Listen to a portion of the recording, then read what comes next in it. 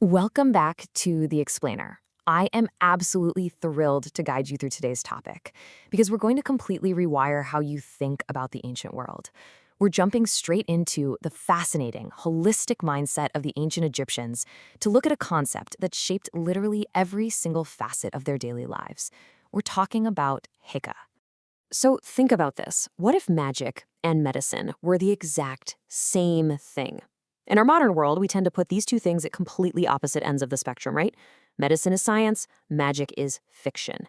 But for the ancient Egyptians, magic wasn't some parlor trick, an illusion, or a fantasy concept. It was a fundamental, undeniable truth of the universe.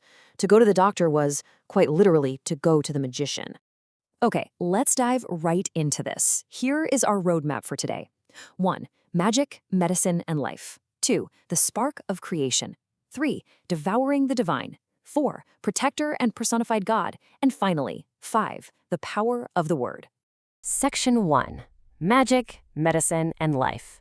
Heka is the ancient Egyptian word for both magic and medicine. But pay close attention to the hieroglyphic spelling here because it actually contains the symbol for Ka.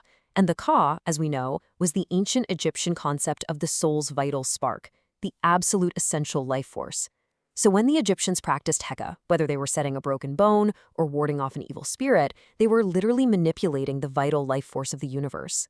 An everyday doctor viewed their job not just as treating physical symptoms, but as actively channeling this massive cosmic energy to restore balance in a patient. It was an everyday, life-sustaining practice that deeply, deeply shaped how Egyptians experienced health and healing. Because words and names held immense power in ancient Egypt, this concept of magic was woven right into the everyday identity of the people. Real, everyday people were walking around with names like Hekawi, Heka, or just simply Heka. But it wasn't just for mortals either. The major pantheon deities claimed this power too. The great goddess Isis was frequently given the title Wudit Hekau, which translates to the Great Lady of Magic. Heka was the connective tissue between the average person working in the fields and the highest gods in the heavens. It wasn't something distant or theoretical, it was a very real force that intimately shaped the daily fabric of their society. Section 2, the spark of creation. Now what's really interesting about this slide is this line, from spell 261 of the ancient coffin texts. It states that Heka existed before duality had yet come into being. I mean, just think about that for a second. Before there was light and dark, before there was land and water, before male and female, before the universe was even divided into recognizable opposites, there was Heka.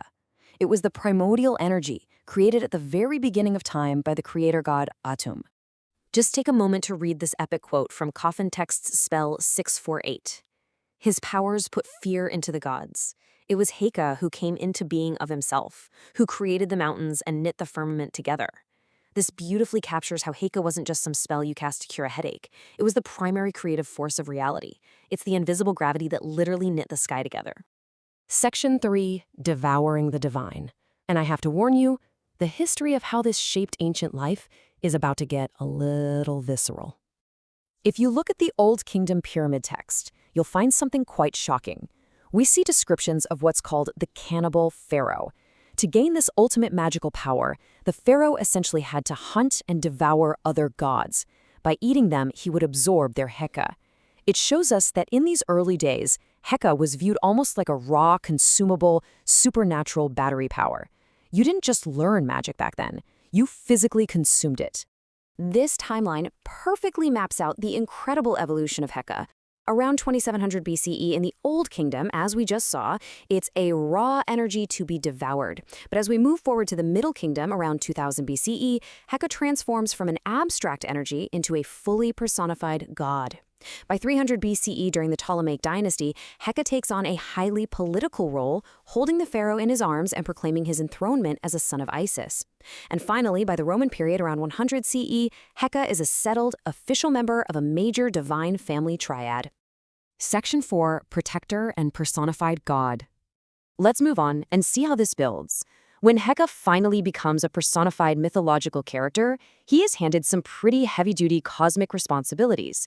He rides the divine solar barque alongside the sun god. He acts as a fierce protector of Osiris down in the Duat, the Egyptian underworld. And I absolutely love this specific detail. He uses his magic to literally blind the terrifying crocodiles that prowl the underworld. No joke. He went from being a raw force of nature to being the ultimate divine bodyguard. And this brilliantly illustrates how deeply integrated he became into the religion over time, specifically down in Esna, the capital of the third nome of Upper Egypt. Heka was placed into a divine family triad. His father was Khnum, the ram-headed creator god.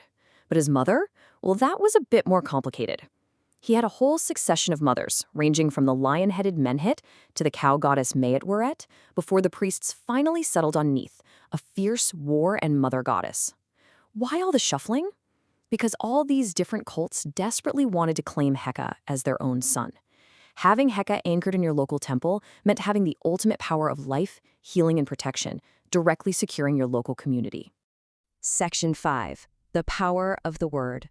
When you look at texts like the Book of the Dead, it becomes incredibly clear that we have to completely discard our modern notions of magic tricks.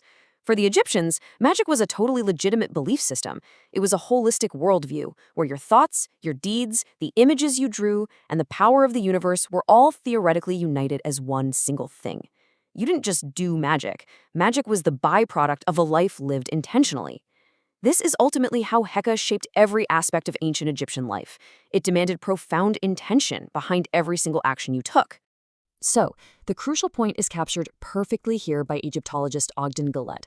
He wrote, "In the realm of Egyptian magic, actions did not necessarily speak louder than words. They were often one and the same thing." Because Heka is so closely associated with speech, the very act of speaking something out loud was considered a physical action that shaped reality. To speak was literally to create. And that leaves us with a truly lingering thought. The ancient Egyptians believed their words held the vital force of the universe, enough to heal the sick, knit the stars together, and blind the monsters in the dark. So I'll leave you with this question. If your thoughts, your deeds, and your words were all one undeniable physical force of Heka, what world would you speak into being? Thank you so much for exploring the incredible minds of the ancient Egyptians with me today. Keep learning, and I'll catch you in the next explainer.